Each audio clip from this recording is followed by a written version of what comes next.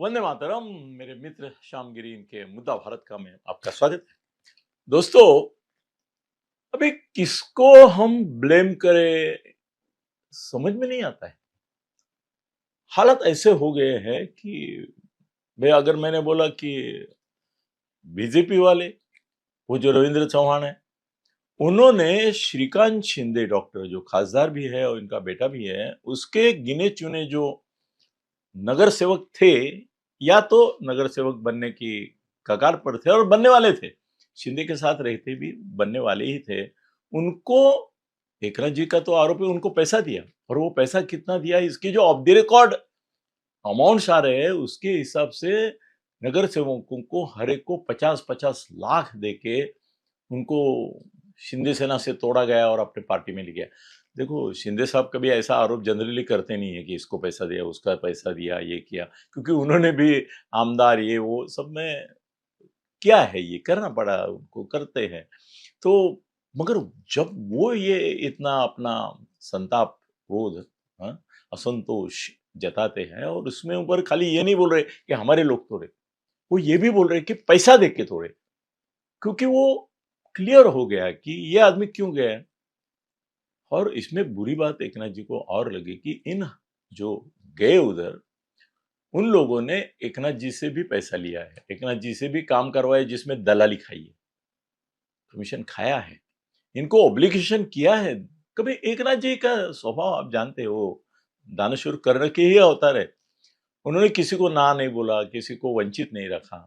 फिर भी ये कृतज्ञ, उनको गुस्सा इस बात का है कि ये कृतज्ञ, इनका काम किया, मैंने इनको पैसा दिया, इनको पैसा मिलेगा ऐसे कॉन्ट्रैक्ट दिए कल्याण डोंबिवली महापालिका में, फिर भी गद्दारी की, वित्तीय हरामगिरी की और वहां गए।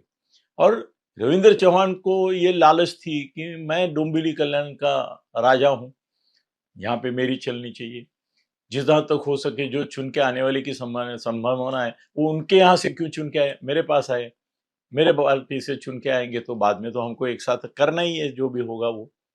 मगर थोड़े से रविंद्र चौहान यहाँ पे गलती कर बैठे। हाँ, रविंद्र चौहान जी से मेरी बात हुई तो उन्होंने बोला कि मुझे टाइम नहीं है, मगर मैं आपको इतना ही बताता हूँ कि इसकी शुरुआत एकनाथ जी के पार्टी ने उल्लासनगर से की और बोले मैं एक लिस्ट बना रहा हूँ और तुमको भेजता हूँ व्हाट्सएप से, आ जाएगी आज शायद, क्योंकि कल रात को ही बात हुई है मेरी। तो उन्होंने बोला कि मैं ये लिस्ट में दे रहा हूँ कि बीजेपी के कौन कौन से संभाव्य नगर सेवक, नेता, कार्यकर्ता, विभाग प्रमुख, अमुक तुमुक, ये जो है कितने शिंदे सेना ने बीजेपी से तोड़कर आज तक लिए और पर्टिकुलरली थाना डिस्ट्रिक्ट में लिए। वो बोले थाना डिस्ट्रिक्ट में, मैं एक खाली आंकड़ा बताता हूँ, नाम देता हूं आपको, कल तक 68 लोगों को बीजेपी से शिंदे सेना ने प्रवेश दिया और हमने सब मिलके कुछ 37 लोगों को प्रवेश दिया। तो बोले आप मुझे मालूम है आप एकनाथ जी के बहरे दोस्त हैं, मगर आप ही मुझे बताइए कि वो गलत है या मैं गलत हूं, वो सही है या मैं सही हूं, और शुरुआत किसने की। ये किसका कहना था? ये रविंद्र चौहान का कहना था। इसके ऊपर एकनाथ जी का कहना है कि ये जो बातें हैं उनको पैसा दे के लेना है वगैरह वगैरह। तो रविंद्र चौहान को थोड़ा सा ख्याल ये रखना चाहिए था कि ये डॉक्टर श्रीकांत शिंदे वहाँ के जो एमपी है उनका इलाका है, कल्याण डोंबिवली महापालिका आज तक उनके हाथ में थी, है और रहेगी भी। तो लोकल लेवल पे रविंद्र चौहान और शिवसेना बीजेपी में इस प्रकार का संघर्ष हो, ऐसा कदम नहीं उठाना चाहिए। ठीक है, बाहर छोटे छोटे गांव में छोटे छोटे, वो मैंने उनको भी बोला कि वो तो लीज देने वाले हैं मगर संख्या तो दे दी, तो बोले भाई बहुत छोटे गांव रहते हैं, वहाँ के आदमी भी छोटे रहते हैं, वो लोकल लेवल पर कुछ हुआ होगा।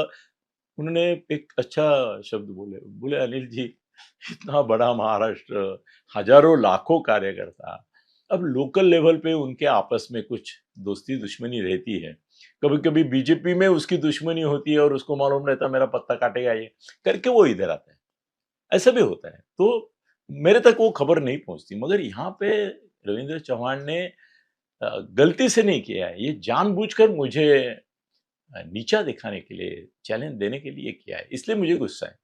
वो गुस्सा तो मंत्रिमंडल बैठक में बायकॉट करके उन्होंने प्रकट किया था। बाद में दिल्ली में वो गए।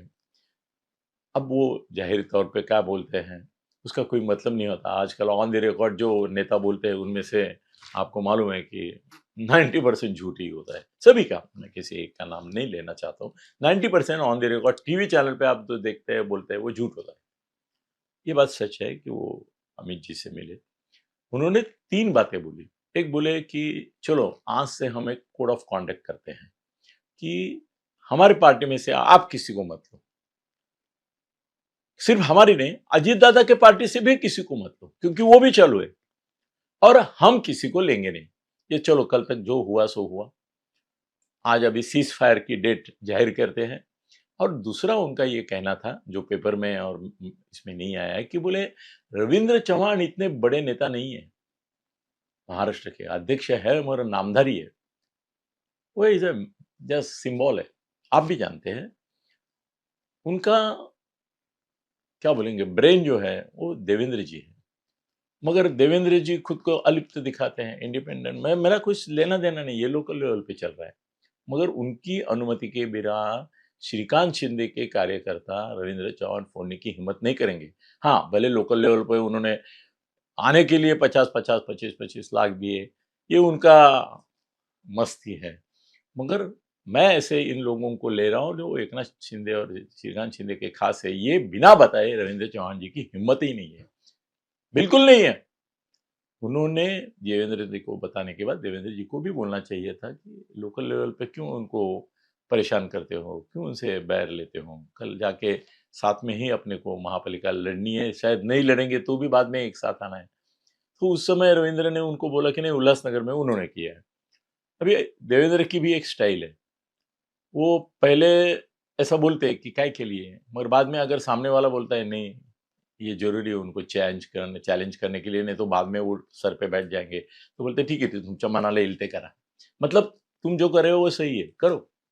तो इसमें उनकी भी सम्मति के बिना ये नहीं हुआ है। तो उन्होंने एक चतुरता से देवेंद्र जी का नाम नहीं लिया, बोले देवेंद्र जी तो मुझे बोले कि अपने को महायुति का धर्म संभालना है, मगर रविंद्र ने किया ये। तो रविंद्र के खिलाफ बोले तो अमित जी पहुंचे हुए आदमी है, उनको मालूम था कि ये शिकायत रविंद्र के नाम से कर रहे हैं, और उसका कोई मतलब नहीं, ये इसके नाम से है। दूसरी एक बात ऐसी हो गई कि बीजेपी और शिवसेना नेता जिले जिले में आपस में लड़ रहे हैं। अजीत दादा और शिंदे सेना के लोग तो लड़ ही रहे हैं, मगर बहुत सारे डिस्ट्रिक्ट में बीजेपी और शिवसेना शिंदे का क्लैश हो रहा है। उसमें ऐसा हो रहा है कि उबाठा से जो लोग शिंदे सेना में आए, और 99% आए हुए ही है, तो वो डबल गेम कर रहे हैं।